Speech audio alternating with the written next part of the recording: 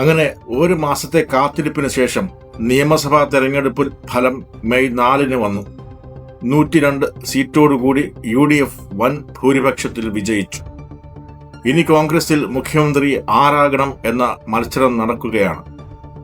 ആ തെരഞ്ഞെടുപ്പ് ഫലം കൂടി വന്നതിന് ശേഷമേ കേരളത്തിൽ ഒരു ഭരണകൂടമോ സർക്കാരോ ഉണ്ടാവുകയുള്ളൂ.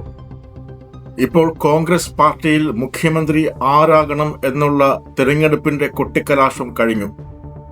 വോട്ടുകൾ പെട്ടിയിലുമായി. ഇനി വിജയി ആര് എന്ന പ്രഖ്യാപനം വരണം. ആര് ജയിച്ച് മുഖ്യമന്ത്രിയായാലും അവരെ പിന്തുണയ്ക്കുന്ന കോൺഗ്രസ് പ്രവർത്തകർ ലഡു വിതരണം നടത്തും, ആഹ്ലാദ പ്രകടനങ്ങൾ നടത്തും. തോറ്റ നേതാക്കളുടെ അണികളായ കോൺഗ്രസ് പ്രവർത്തകർ പ്രതിഷേധവുമായി തെരുവിലിറങ്ങും.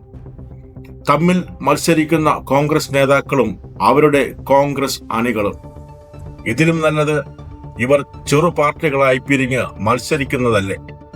ഒരു സർക്കാരിന് ലഭിക്കാൻ കേരളം എത്ര തെരഞ്ഞെടുപ്പുകൾ കാണണം?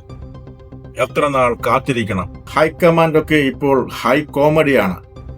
23 വരെ സമയമുണ്ടല്ലോ മുഖ്യമന്ത്രിയെ തിരഞ്ഞെടുക്കാൻ എന്ന് വളരെ ലാഘവത്തോടെ ദേബദാസ് മുൻഷി ഇന്നലെ പറഞ്ഞത് നാം കണ്ടതാണ്. കോൺഗ്രസ് ഹൈക്കമാൻഡ് ഇപ്പോൾ BJPയുടെ റിക്രൂട്ട്മെന്റ് ഏജൻസിയായി മാറിയിരിക്കുന്നു. ഇന്ത്യയിലെ മറ്റ് സംസ്ഥാനങ്ങളിൽ കോൺഗ്രസ് പാർട്ടിയുടെ അവസ്ഥ കാണുമ്പോൾ അങ്ങനെ തന്നെയാണ് തോന്നുന്നത്. കേരളത്തിൽ ഇനി വരാൻ പോകുന്നത് BJPയുടെ സുവർണകാലമാണ്.